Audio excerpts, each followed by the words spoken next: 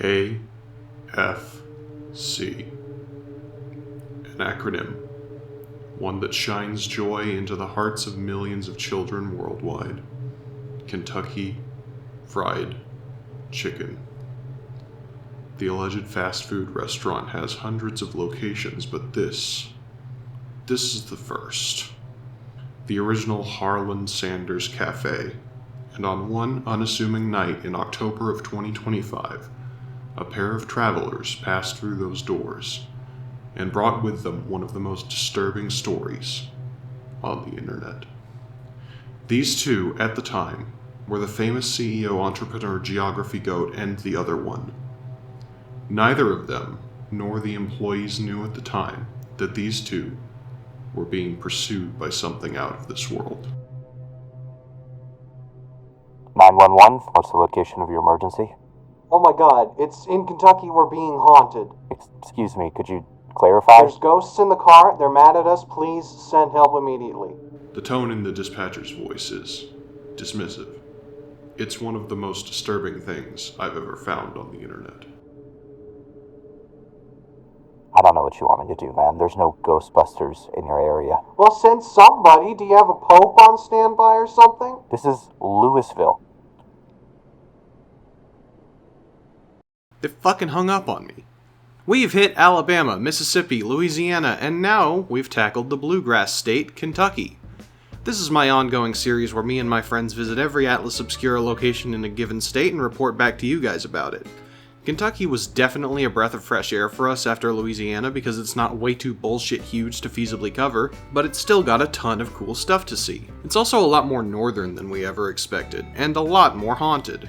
We were beset on this trip by spooks, ghouls, and even skeletons. Very fitting for a video filmed in October and published, well, if you've seen the other videos, you know the drill by now. We're going to go through in chronological order and rank each one on our tier list to let you know what you gotta see and what you gotta avoid. Without any further ado, I went to every Atlas Obscura location in Kentucky, and this is what I saw. We started off at the birthplace of Robert Penn Warren, a famous poet which neither of us had heard of.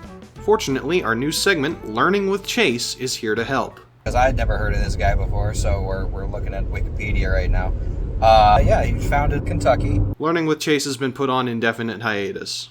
Here's the house. It was closed, but this is where he lived. You're going to see a lot of closed places. Get used to it.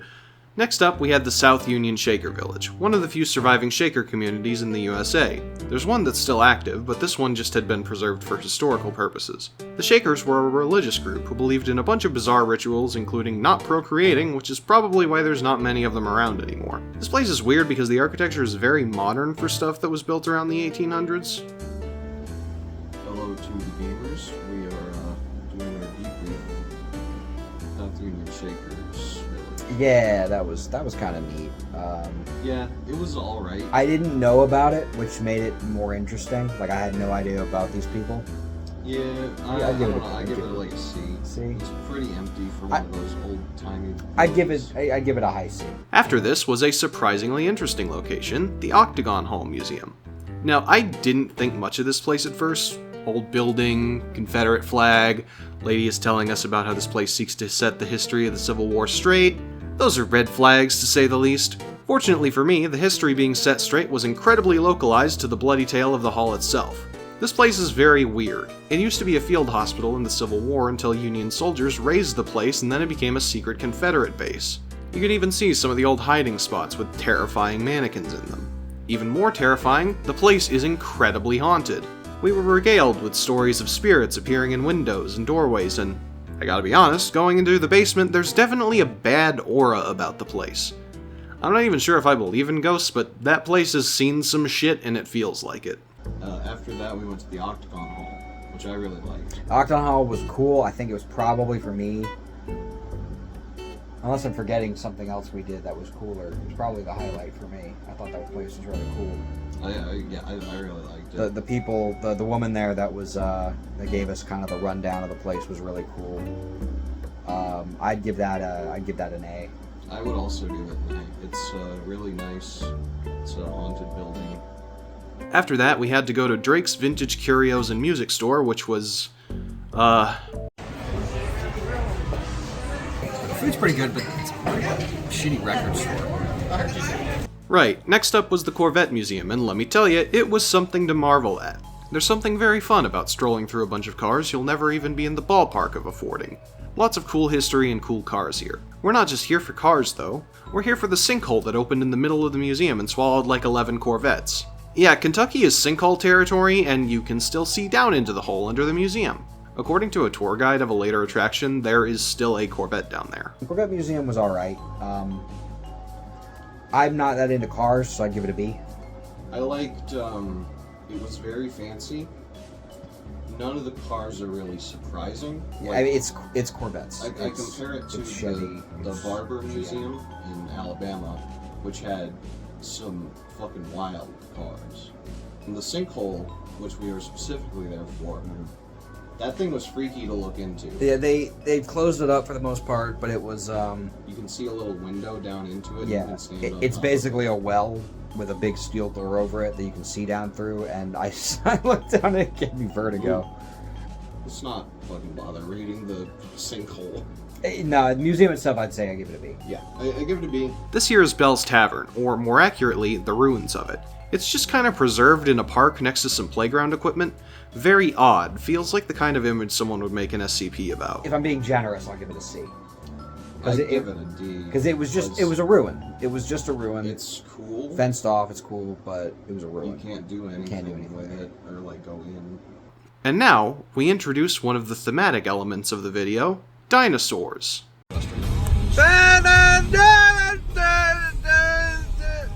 This is Dinosaur World, a kids' theme park where you walk through models of dinosaurs. A lot of them.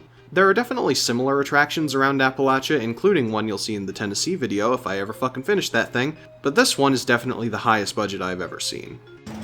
This one's for you, Brett. I know you don't watch these, but I'm making fun of you. Most of the models look pretty great, and they were even decorated for Halloween when we were there. Got to pose next to the T-Rex. This was a good time. Get used to them, because we're gonna see a lot more dinosaurs later on. A lot more. God.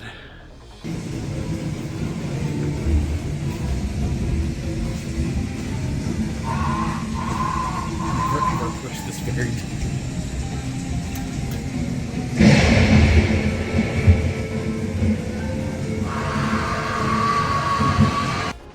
Outside of that, we went to Dinosaur World. C. See, yeah, not. I've seen cooler dinosaur things like I've that. seen a lot cooler dinosaur stuff. It's very much a kid's thing. Yeah. The animatronics were kind of neat. Yeah, they were cool. Things get kind of spooky at our next stop, Guntown Mountain. Guntown Mountain is an abandoned theme park that's very, very accessible. No barriers, no signs against trespassing, and there's good reason for that.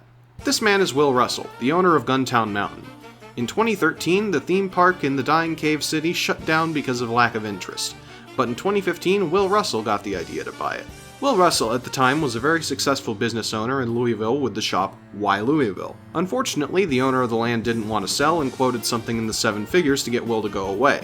Will, having been in a manic episode for the past few months, bought it on credit.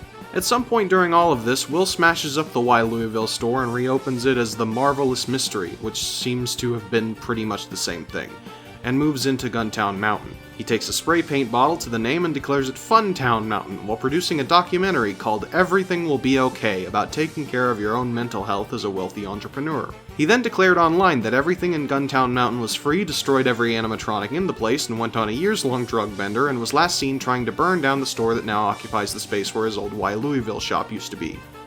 Right. All that to say, this place is weird. We didn't see any roller coasters because they're up the sea lift, and no. We did see a perfectly preserved deer skin, like something had been wearing it and just shed it. I won't show you that, but this place is creepy as hell, right? Chase even found, sitting in the floor in the middle of a room like an Elden Ring trap, a VHS copy of Tybo that he took with him. As soon as he took that, someone came and kicked us out. And as soon as he took that Tybo, we had angered something beyond our ken. Because ever since we took that Tybo, nothing has ever been the same. Guntown.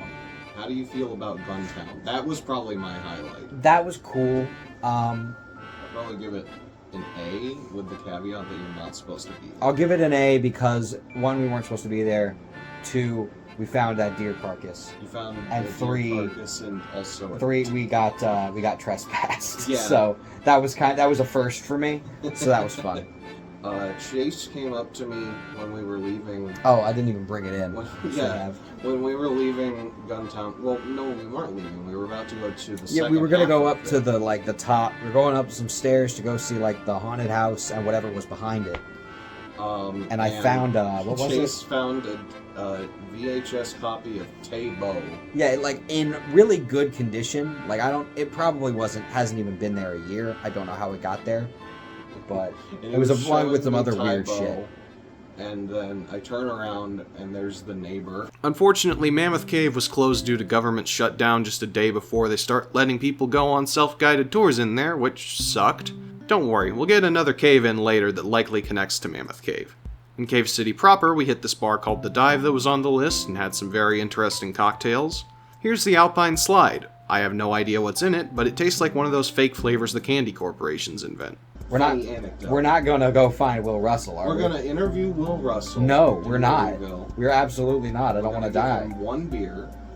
The Dive, it was a bar. Yeah, it was a It bar. was it was a bar. We stayed at the Wigwam Motel number 2, and yeah, I mean, like, what am I gonna say? The wigwams are historically relevant and referenced in the movie Cars, and they are also not wigwams. These are teepees. A wigwam is this. I'm not gonna say you gotta hand it to the guys who made this originally, but this is a restoration effort, and I think it's definitely an interesting place to stay.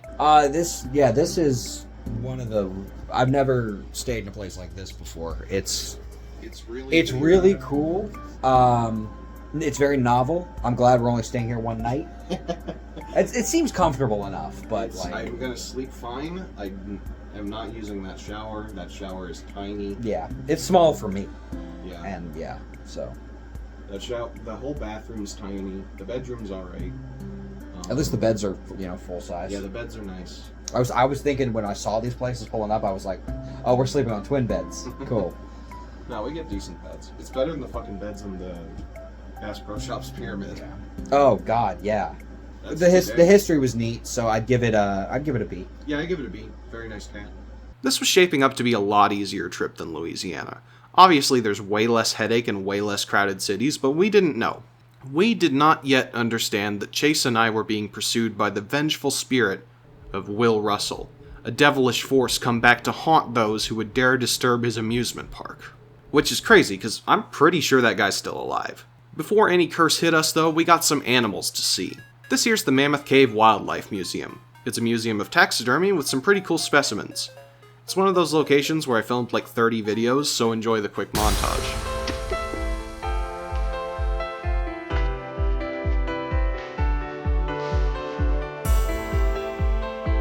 It's not real.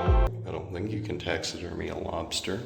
Taxidermy's cool when it's done right, and I'd say that was done pretty right. Nothing looked too super scuffed. Yeah.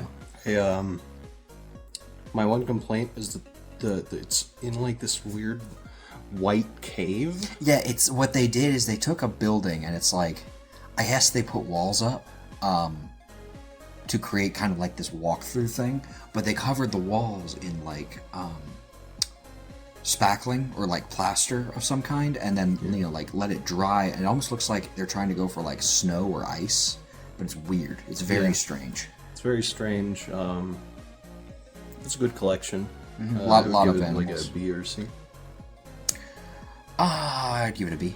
This is the cave system I mentioned earlier, the Hidden River Cave. It's an underground river that runs under a town near Mammoth Cave that floods once a year.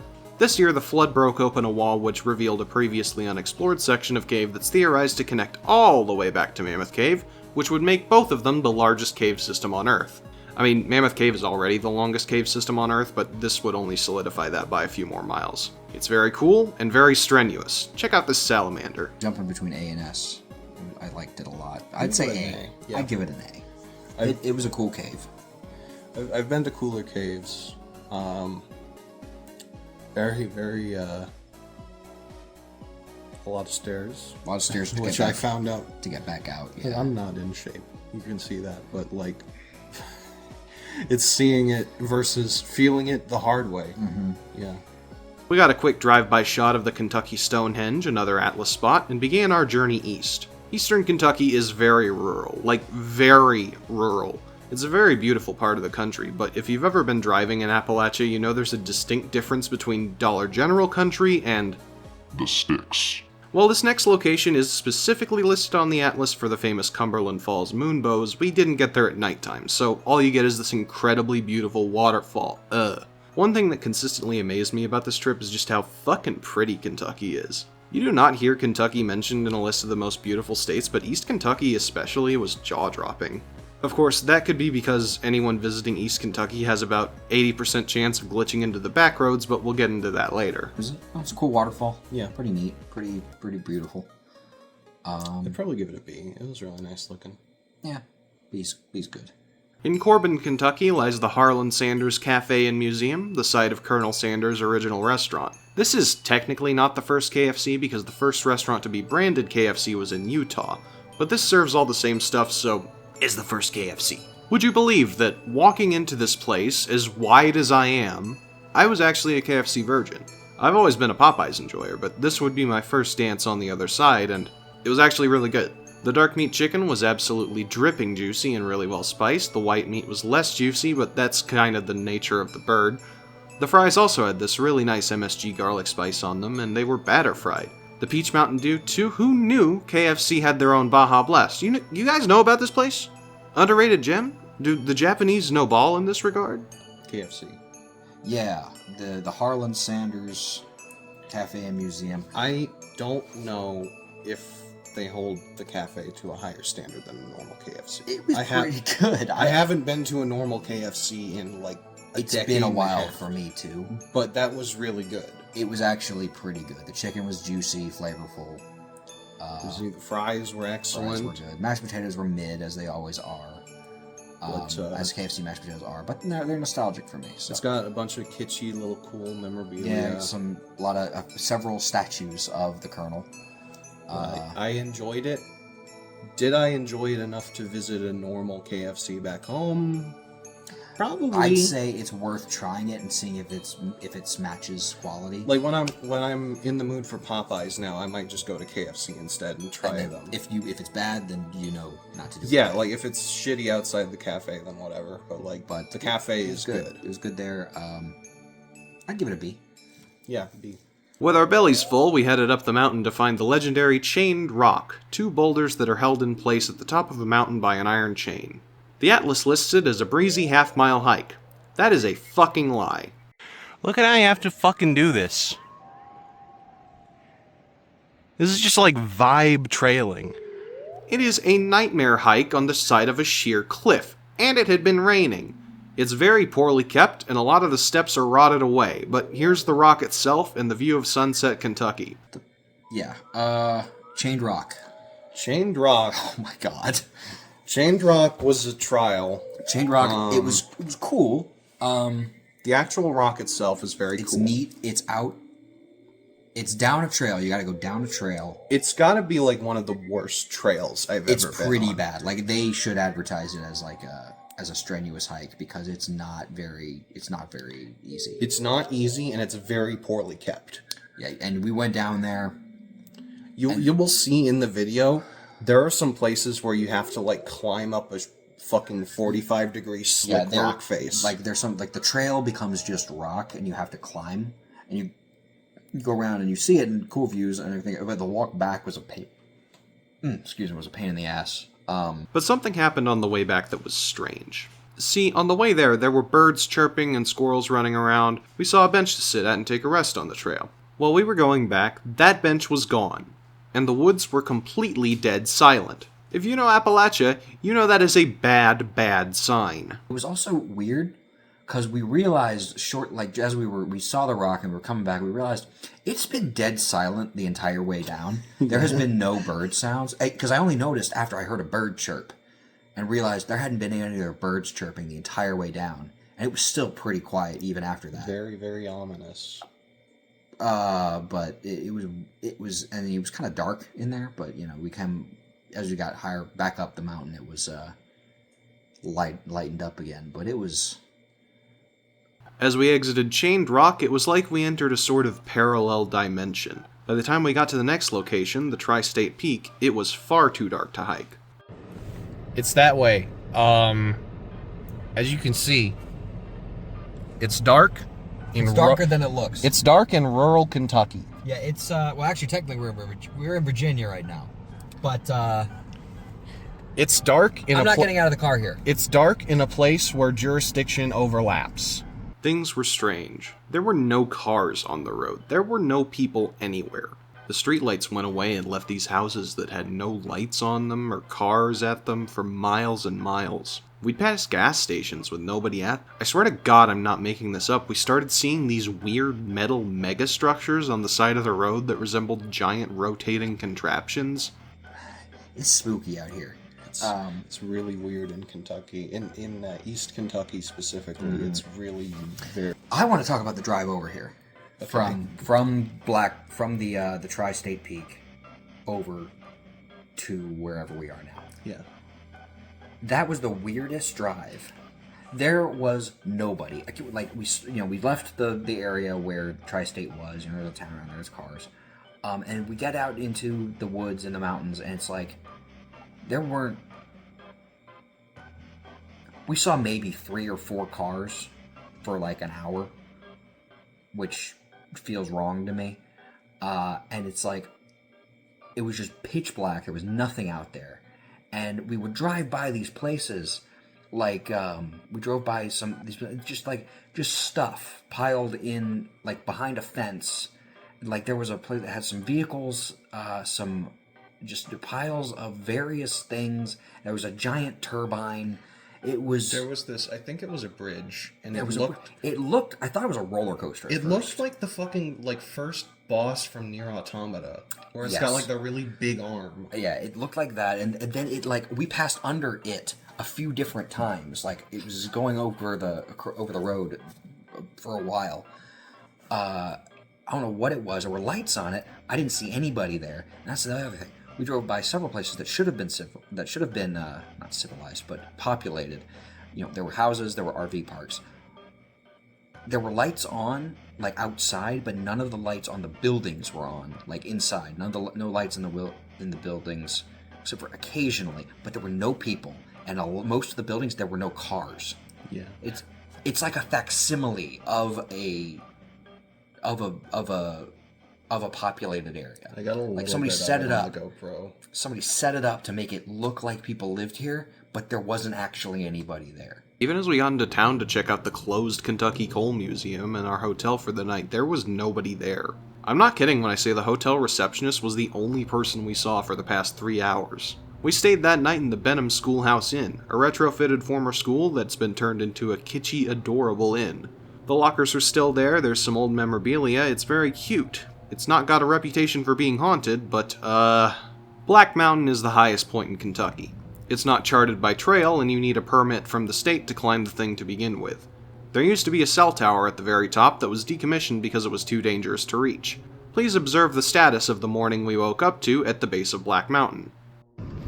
Alright, see that foggy lump out there? That's Black Mountain. Yay! The fog was here. And just like last night, there was barely anyone in town. We traveled north. Today we'd be trekking through the mountains to reach the fabled land of Cincinnati. As the crow flies, our route was pretty short. Problem was, the mountains wind and weave around like the backside of a rat king, so getting from point A to B was always tough. About 40 minutes into Silent Hill, we spot the first location of the day, the Mother Goose house. Goose. It's a normal house, but it's Goose. Alright, so we forgot to film the debrief last night, so here we are filming everything up to the funny little museum we just got out of. Starting off, how did you feel about the Mother Goose house? See? It's cute. I can't hate it, but it's just a house that looks like a goose. So, Atlas Obscura sometimes lists historical events rather than actual locations. You saw this to some extent in the Louisiana video, and here's another of them. The Blue Fugates were a family that settled in rural Kentucky and were notable for having blue skin. This sounds like an urban legend, but it's verifiable fact, and there are still some of them living today. Their skin has mellowed out over the years and with less inbreeding than the 1800s, but you can still kinda see it a tinge. The place where they settled is called Troublesome Creek, or Fewgate's Fork, said to be cursed because the Smurfs lived there. Fascinating story, right? There's absolutely nothing to see. D? Yeah. It was a creek. I don't There's know what's... nothing there There was anymore. nothing there to look at, so... After this, we headed north once more to the Gorge Underground, a cave system that used to be a limestone quarry before, whoops, the miners dug into a water source and accidentally dug into it 9 more times for good measure. Now it's flooded, and you can take boat tours through the place. There's even little fish in the water. I'd give that an A. That was Yeah, kind of cool. I would give it an A. I liked the guide. He seemed cool. I liked it. It was cool. Broke Leg Falls is a waterfall that's been a pet project of local residents. It's been through various stages of disrepair in its life, but after getting slammed by a tornado in 2012, it's back to looking sharp. You can also just walk right up to it. I could have sat at the edge if I had a death wish. Broke Leg Falls. See? I mean, it was... It was not a very impressive It wasn't waterfall. really that impressive. It was just a big drop with some water going off of it. Yeah. Honestly, I liked that other waterfall that I was filming first. Yeah, you gave looked, that one a C. That looked more aesthetic to me. Oh, so. the like way down the... Yeah. Yeah, the one that goes down to the Broke Leg Falls. I was filming it first because I thought that's what it was.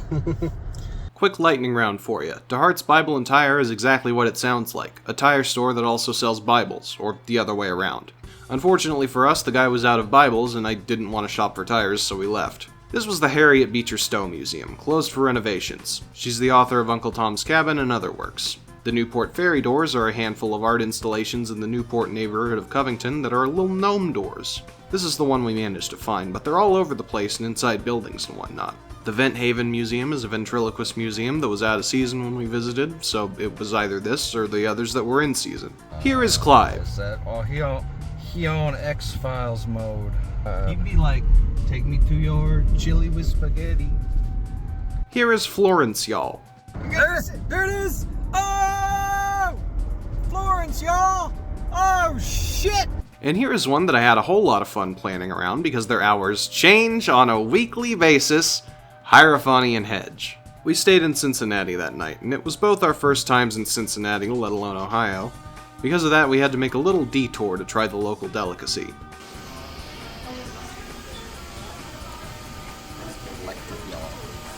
So Chase, you're right outside Cincinnati. Give us our first bite Joey's World Tour. I feel like I gotta mix this. Oh my, it's so much cheese. What the fuck? This is like an ungodly amount of cheese for how, like... How much spaghetti? How little spaghetti there is. I gotta get a spoonful.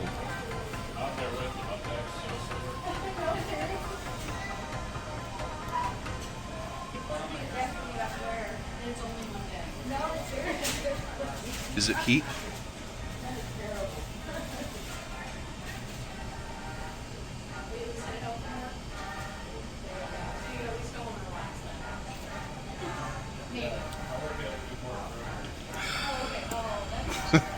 Skyline Chili gets a question mark out of 10 tier. So, given how obviously haunted we were, the two of us needed to get some religious help. We got maybe a bit too much religious help, actually, and you're gonna see exactly how. This was by far the most bizarre day I think I've experienced on one of these road trips. Today we hit 2 locations that I consider to be possibly the worst travel destinations I have ever been to. Not just on these trips, worst of all time. I keep going back and forth on whether these or the Confederate House in Mississippi are worse, and it's a toss-up. It depends on the given day, but it's like 80-20 the further I get out from it. Because of that, I'm backloading them. Let's get the good stuff out of the way first. Our day began at the Cathedral Basilica of the Assumption and at their vast relic collection. This collection contains hundreds of holy relics with just the bones and the blood and the hair and the teeth and the cum and the pubes of so many men of the cloth throughout history. Just being in the presence of it, I felt, was enough to pulverize the haunting specter of Tybo. My ass was looking through these, wondering which one has the bones in it, and Chase pointed out, it was all of them. Kinda dope. I'd give it a B.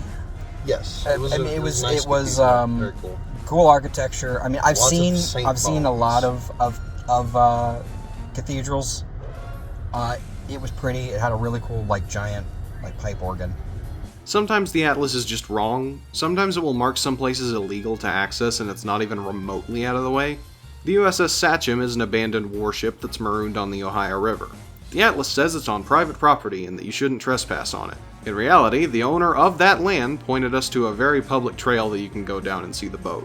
It's definitely a really cool sight, especially because you can get right up to it, even on it if you're brave enough. Okay, so we're in jail. Yep. I mean, if I'm generous, I'll give it a B. Yeah, I would probably give it a B. It's cool. It's a rusty old Civil War boat. Yeah, I mean, it's not exactly maintained, but that's part of what makes it interesting. I'd probably say B. Dinsmore Homestead was not open at the time we arrived due to renovations, so let's take a gander at Rabbit Hash, a very small town on the banks of the Ohio River that kind of feels like an eastern version of Slab City. And you know I say that as the biggest compliment. Specifically, we were there for the general store. By the way, one of these dogs is the mayor of the town. I don't know which, but that's real. This place is so cool. It's like if Cracker Barrel was the uncle that lets you drink beer when you were at his house. There's records, old-timey candy, old-timey drinks, and tons of locally produced art. Just a lovely store. Easy A tier. A lot of cool cool little town area. That whole area was pretty cool. Got a sick sweatshirt. Real comfortable. Real nice. Big Bone Lick Historical Site has an exhibit where you can take a look at some of the fossils they've dug up there, as well as a diorama of the species they found. This diorama pit is what's specifically listed, but don't forget to go check out the bison viewing area to get nearby up close and personal with something that could kill you in 2 seconds.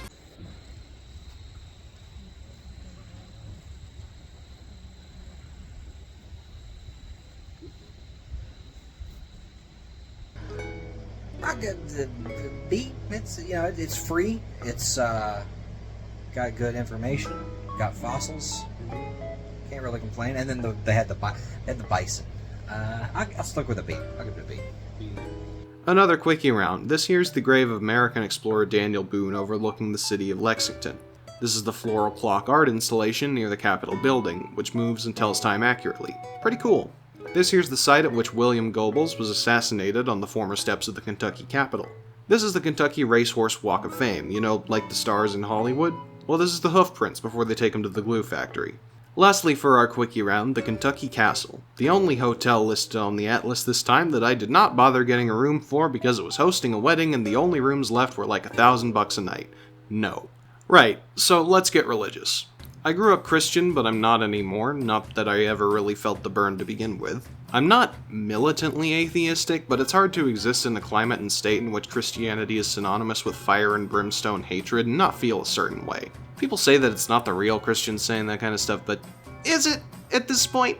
I don't want to make this a 2012 Ask YouTube Atheist video, so let's put aside discussion of the whole religion and narrow in on something I think we can all agree on. The people who run megachurches need to bite a fucking curb. Ken Ham is a very, very rich man. If you don't know of him, it's because he operates entirely within the sphere of young earth creationism, a sect of Christianity that rejects any and all scientific consensus on pretty much anything, and instead defers to creation science. Just goes together, doesn't it? Creation science, North Korean tourism, wet fire. The two meccas of his ilk are located in Kentucky, the Creation Museum and the Ark Encounter. I did not do my research before this trip, so I would be surprised when I reach locations and you get more joy out of me. What a fucking dumbass idea that was. Okay, why are there so many people here? Is that part of this? What the fuck is it? Instead of some cute little podunk museum in the middle of nowhere to laugh at, we got this. Creation Museum doesn't fuck around easing you into anything. The first room asked us the big question, are dinosaurs dragons? And it only got worse from there. This place is obsessed with dinosaurs because while other creationists might hastily change the subject when confronted with the idea of fossils, Ken Ham considers them his silver bullet. There is so much bullshit lore. It's frankly impressive. I am not surprised by the idea of creationism. I know about creationism, and I was not surprised to find out that people believe in it. What I was surprised at was the sheer extrapolation, the amount of rules in this Codex Gigas that these guys have put together to explain magic. That's the fucking thing. A creation scientist is a scientist who believes in magic. That's the end of the proof. So what's all this then? It's sludge, that's what it is. It's sludge to fill space, imaginary arguments that want to win minds the same way Stalin won St. Petersburg by having more soldiers than the Nazis had bullets. I wish I had a job this fucking stupid. Sense.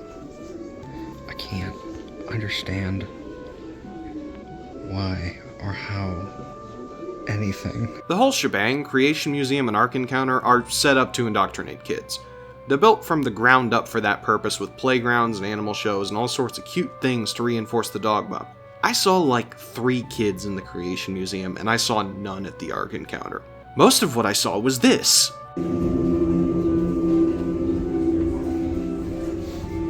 You wade through the geriatrics and the reward is more animatronics. The Garden of Eden with all God's creatures, including a Dimetrodon or whatever the fuck that's supposed to be.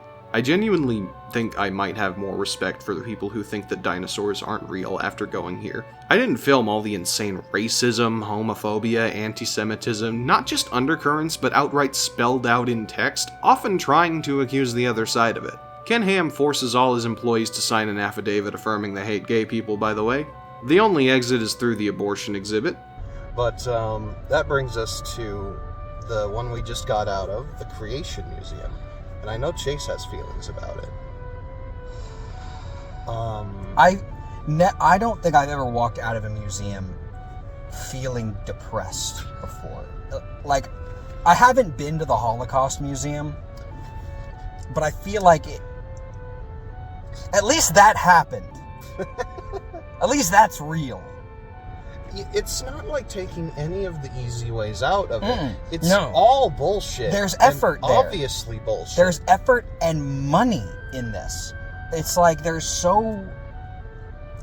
I know several creationists who would think that this museum is bullshit. Right. Yeah, it's like... I prefer the people who say dinosaurs are a government conspiracy to people who believe that. I really do appreciate the amount of effort put into proving dinosaurs are real in that museum, because they know that's a demographic that's coming there. Like, it's not entirely a grift. Like, I was expecting a dinky little museum that's very obviously like a weird, borderline psychotic grift. They believe this shit. This is like Dollywood level funding. There is so much money. It's a good museum if you ignore the nonsense. You walk in and it tells you about dragons. What the fuck? Help me.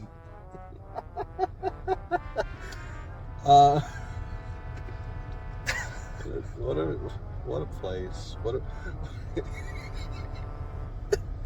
Stupid. I need to get some fucking Tylenol out. Holy shit. I think I know what you would rate it. Hard F. F's all the way down, baby. Can I give it an E? I mean, I think that's before F. I'm stupid. Help me. Help me. I think yeah. G. It's a G. It's a hard G. It's a G for God. That's not the end, though. The Ark is. The Ark Encounter starts with a 5-minute ride on a bus from a massive parking lot and hotel to the Ark itself. You get dropped off directly at the buffet and gift shop where you can buy such books as Modern Marxism, A Guide for Christians in a Woke New World, Transgender to Transformed, and my favorite, Why Did God Make Me a Boy/Girl? For parents who really want to stop having to pay their phone bill down the line.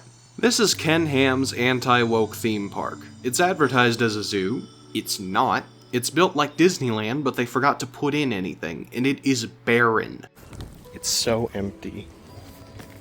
There's like 5 animal exhibits of some very miserable looking kookaburras and some petting zoo kangaroos. There's also animal shows, and I walked past one of them and I got this quote that I love. Now, some of you may wonder why snakes don't have legs, and the answer is God made them that way.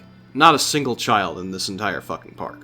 So you go to the Ark because there's nothing else to do in this shithole, and the whole time I'm thinking, what the hell are they gonna have in there? On the way up the ramps, I'm entertaining these diseased thoughts, like, maybe I was too hard on the Confederate jackoffs, and I gotta cancel my card before the charge for this goes through. And then I see it. Nothing. It's a museum. It's just the Creation Museum again. It's the same shit, except the animatronics are in cages, and most of them are just statues this time. It's the same thing.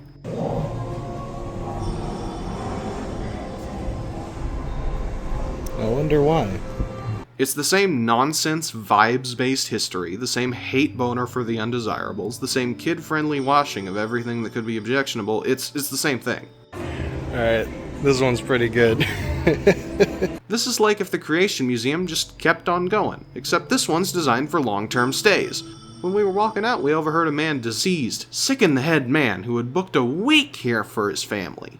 When I'm talking about these trips at the bar or with friends or whatever, I give them all the detail. I tell them about all the bad spots, I tell them about all the bullshit at Beauvoir or the Nazi cemetery or getting our tires slashed in New Orleans. After I record this script, I am never going to talk about these pieces of shit again. Sounds good to me. How do you feel about the Ark encounter, Chase? Oh, F. Hard F. Yeah. All the F's all the way down. I had, like, some vague hope. F for flood. I had... F for flood. I had some hope going into the Ark encounter that it would just be like a Christian-themed zoo, and no, it's really fucking It's stupid. really bad. It's really terrible. There's high barely quality, any animals. high production value, but terrible. Yeah, you didn't notice this at the time, but there was a book on defeating wokeness and critical race theory. I didn't notice that, no. I So tried to that get was, out. We went through the gift shop. I walked through that pretty fast. Yeah. Which is ironic because the in both the Creation Museum and the Ark, they talk about how racism is stupid. Yeah. In the eyes of God. And yet, they don't like us talking about the historic persecution of people of color, so... The grift, to me, was way more apparent at the Ark than it was at the Creation Museum. At the Creation Museum, I could kind of let it flood over me that what they were saying was lunatic shit. But at the Ark, it's a lot more in your face, and it has some cute animals, but not many. And they're not, like... They're just kind of there. Not good. Daniel Boone. Don't go there. Don't go there. I don't think Daniel Boone did that much bad. Well, that was terrible. Luckily, we had what we needed to bounce back. Today, we'd be looping back south to Lexington to hit something we missed on our first pass through the area, a highlight of the trip. We also had a good amount of short things to check out in Lexington, so you'd best believe it's time for another lightning round. The Von Buren Pharmacy used to be a pharmacy shaped like a mortar and pestle, and now it's a liquor store shaped like a very fat martini. The Dixie Cup Water Tower is exactly what it sounds like. Actor Jim Varney's grave is in the Lexington Cemetery, where we would pay our respects to Ernest. The Monroe Moosnick Museum is a private medical curiosity collection available to students of Transylvania University. We are not students of Transylvania University. Lastly, the Lexington Biblical Mini Golf is a set of Bible-themed mini golf courses at the Lexington Ice Rink, which unfortunately was closed that day. This right here is the famous cocaine bear, a taxidermy specimen of the young bear who came upon a bag of cocaine, ate the whole thing, and then ran full speed into a tree and instantly died. You know, the one the funny Reddit movie was about. There's something wrong with it. Yeah, I told you there was. Why is it acting like this? Did you feed it cocaine? No. It's tucked away inside the Kentucky Fun Mall, an unceremonious souvenir shop that's half dedicated to the specimen. I think it deserves better, to be honest. Cocaine bear. I'll give it a B. It's a cute little store. I think it's a cute... I like seeing the cocaine bear. Yeah. But the fact that this otherwise completely unremarkable tourist trap spot, I guess, is entirely dependent on the fact that they own the cocaine bear. Yeah, no, you're right. That's a C. I do kind of find that very funny. That's the cocaine bear deserves to be like a Dave and Buster's. The cocaine bear should be somewhere more remarkable than that. It should be at the Lincoln Memorial. It should be at my house. This right here is the American Dollhouse Museum. I wasn't expecting much, but it's a damn cool little place. The whole thing is set up around this fictional Kentucky town, with residents going around and little plot lines emerging in the tiny dioramas. There's such adorable attention to detail, and it's a very impressive collection. I really loved this, and it's a high recommend. I really like that. That was I cool. would give it an A. I honestly did not think I would like it as much as I did. There's a lot of care and a lot of time put into that, and it's not for a horrible waste of time like the Creation Museum. Yeah. I really liked it. It's a whole lot of detail and everything. Yeah, it was really cool. I'm sure I'll get into that in the video. The old Fort Herod State Park is a colonial village with sheeps. That's a good sign. That's a rating bump right there. They got sheeps. The rest of the village is pretty neat too, very densely packed in a little area. You've got lots of staff there to tell you about the olden times, and despite the fact that I've done more than enough of these for a lifetime, I still enjoyed myself here. Alright, next one's a doozy. This is the Paranormal Road Tripper's Nightmare Gallery. The Paranormal Road Tripper is this man, a cryptid hunter who has assembled his vast collection into this free museum. All you need to do is book an appointment and he'll show you the goods, and there are some goods. This collection is enormous, despite only spanning 2 rooms. You got Bigfoot casts, Mothman sightings, flying saucers, haunted dolls, the Zodiac Killer, and so much more. We were genuinely considering giving him Tybo to add to his collection of cursed artifacts, but decided against it. I am going to struggle to fit everything into this segment because of just how dense this place is, so here's a whole bunch of footage.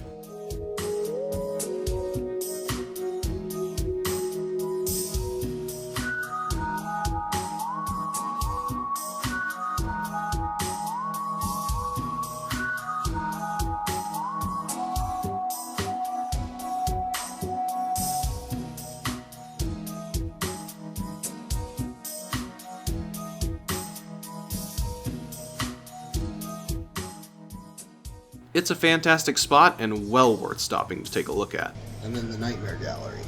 Oh, S. That's my first S of the trip. It's so good. I absolutely agree. The Nightmare Gallery is great. It's also free. The fact that it is free alone makes it an S. Even if it was like kind of shitty, but it was also free, I would be. It's cool. Very high quality. It's like the dude Zach who runs it. Zach Baggins. Not Zach Baggins. He clearly puts a lot of care into maintaining this collection and expanding the collection and just the presentation of the whole thing. It looks really so cool. thumb-like from this angle. I don't know what to tell you. Man. At the Abbey of Gethsemane, there's supposedly a hermitage on site that was used by the author Thomas Merton, but we weren't able to get access because it was near closing time and the monks weren't around to show us in. It is still a cool place though. We ended the 5th day at the lovely Jailer's Inn Bed and Breakfast, a retrofitted jail turned into a hotel with some very adorable rabbits. Oh, good boy.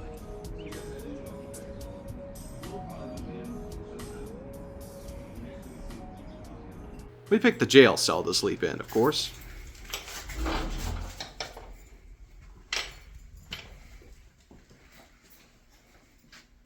This is the Valley of the Drums.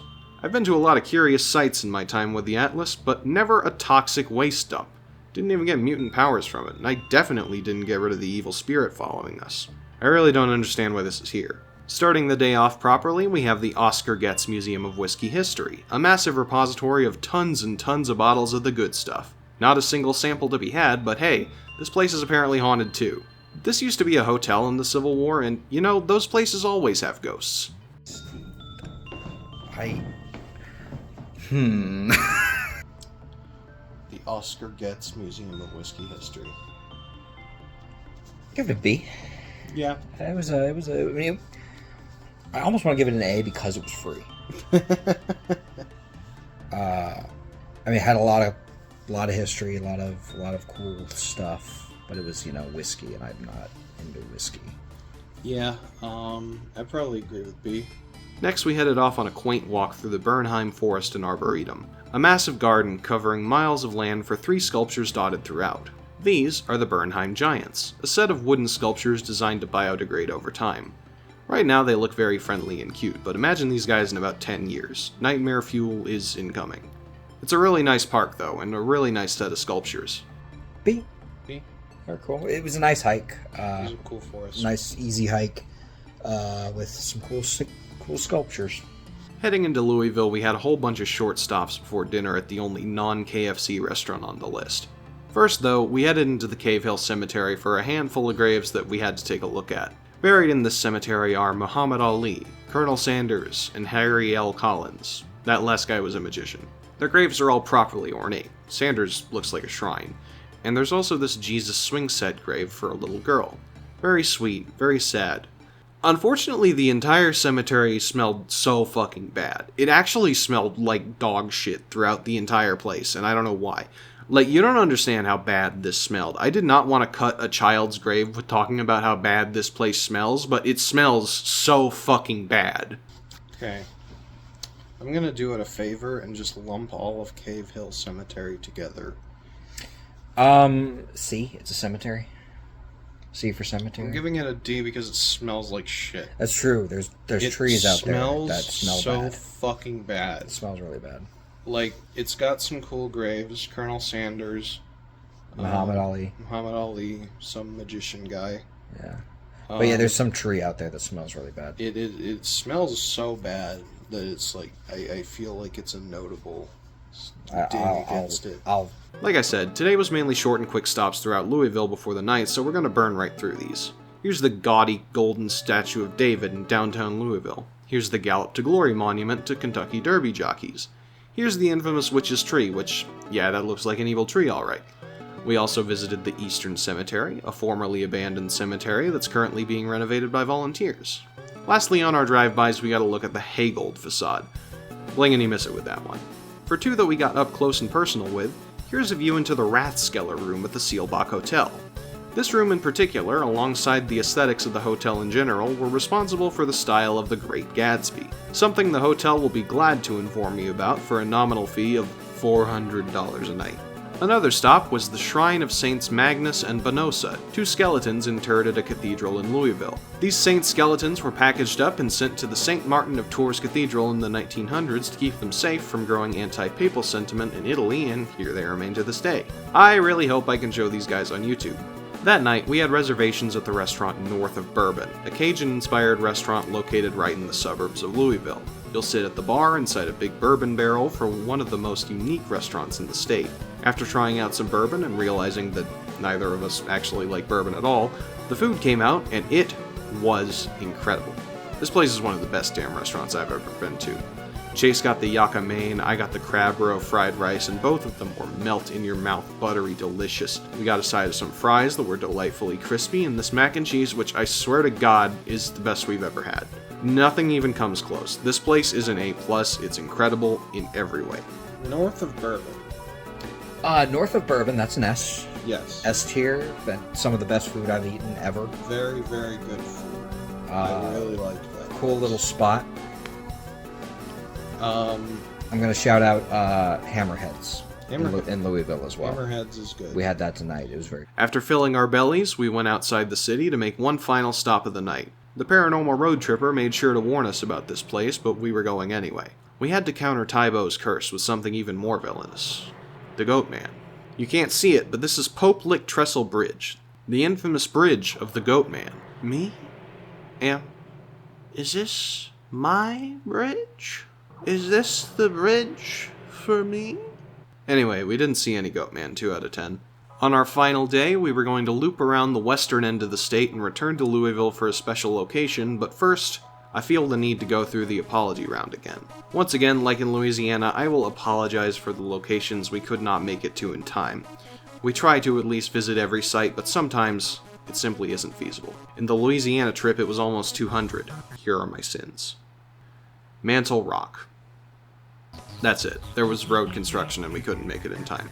There's also this geography quirk called the Kentucky Bend that's basically a little peninsula jutting into Illinois, but there's nothing to visit there, so just look at the map. In our first stop of the day, we visited the Audubon Museum and Nature Center, another beautiful Kentucky forest with lots of wildlife that are very friendly.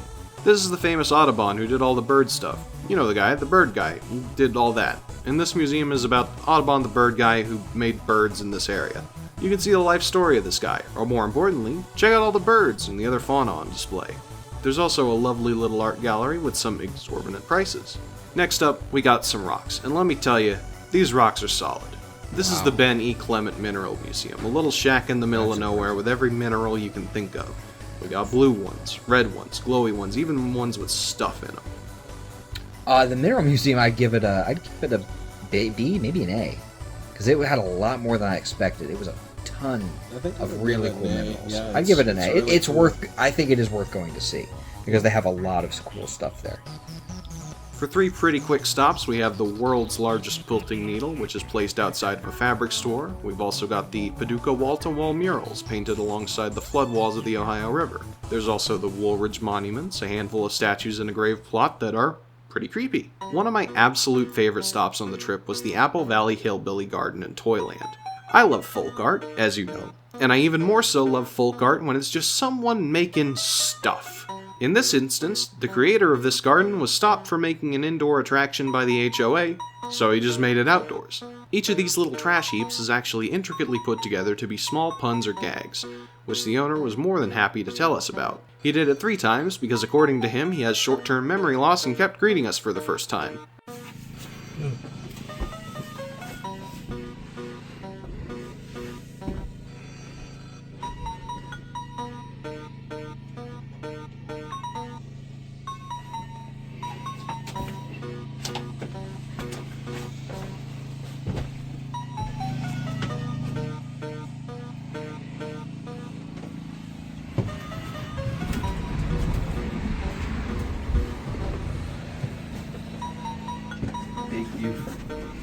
Big Buford? Oh,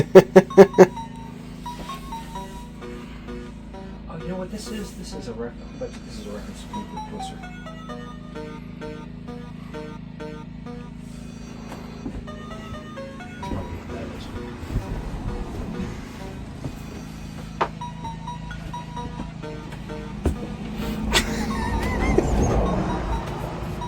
Oh, the Dark Continent, Tampa.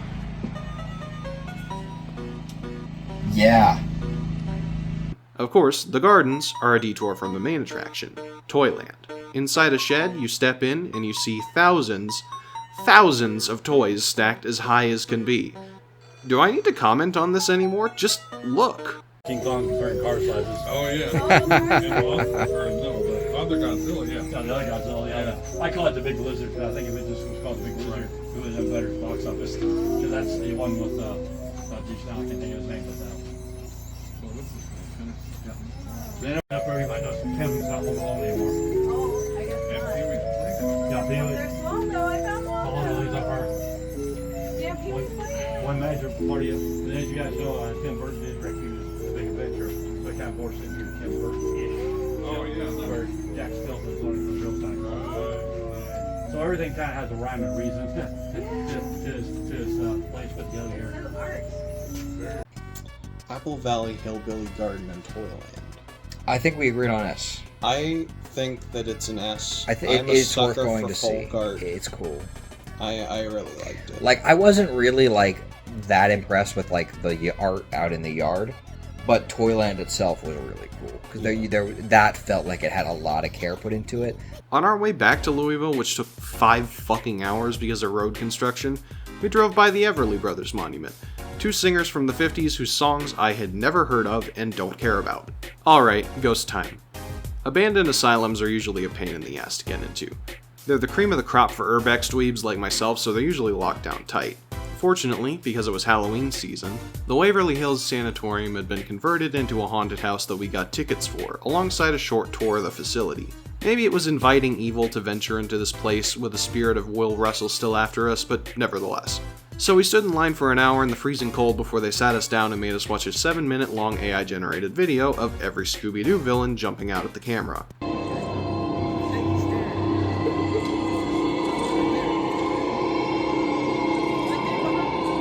I'm pretty sure this sanatorium didn't have mummies. I may be wrong, though. After that, we go to stand in line for another hour, and we are not happy at this point. It's nearly midnight, and we haven't even gotten into the damn asylum. And when we finally did, things took a horrifying turn. It was actually cool. Yeah, despite the fact that there was a haunt going on under our feet, we got to tour the upper floors of the building while learning the history of the place. Turns out that running a haunted house out of a sanatorium is a tradition that dates back to when it was still running, so it's not half as weirdo energy as I thought it would be. The haunted house itself was awesome too, but being 6'7", the scare actors all passed me by in favor of Chase. I don't have any footage of the actual haunted house, but there were literally dozens of actors, maybe even over 100. As for the sanatorium's upper levels, I haven't looked through the footage yet, so if there's any ghosties hiding in there, I'll point them out for you to go.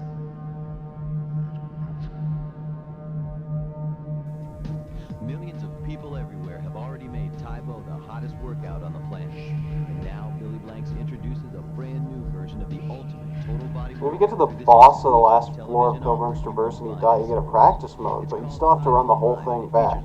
Legally, I cannot hang up on you. Please. So we lose 2 hours of time, like from the run from floor 71, just because I got clipped by X-Explosion. I was the only one who could go. Please. Frame barely visible on camera. A white translucent mist of shape slowly creeps into the frame. Very sick. So, what do you think?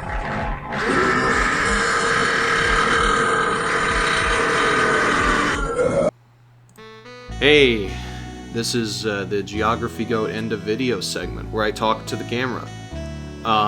You may have noticed that I haven't made a real Geography Goat video in a while, and I've been doing these road trips. And that's because I like doing them more than the regular Geography Goat videos. But if I ever feel inspired to make a Geography Goat video in the vein of my old content, or maybe something completely different, I'll definitely be uploading it. I'm still interested in making stuff. I've been making stuff that hasn't really been YouTube videos. I got the script finished for a game that I've been working on for a while. I've been doing some DMing, which none of you care about probably, but it's been a creative outlet for me. I'm still working on stuff. I'm making stuff. It's not videos sometimes, but, you know, I still do enjoy these road trips. I still do enjoy visiting weird folk art places and weird travel destinations. And I think it's also very grounding for me. So I'm gonna keep doing it. And maybe you'll see some specific videos on given topics if I feel like it. There have been a few topics that I thought about, but it just didn't come to pass for one reason or another. Like, we were planning a longer video on one specific location in the Tennessee video, but that just didn't happen. Things just didn't happen. Life happens sometimes. Like Secret Hitchcock Podcast. I made that a while back. We were trying to do like weekly uploads, but obviously that didn't fucking happen if you've been paying attention to that channel at all. And I think the project is pretty much dead now because nobody fucking wants to record anymore. So, you know, whatever happens, happens. I'm just gonna keep doing my thing. Just gonna keep making stuff. Stay tuned if you like my stuff, and if you don't, then fuck off. See ya.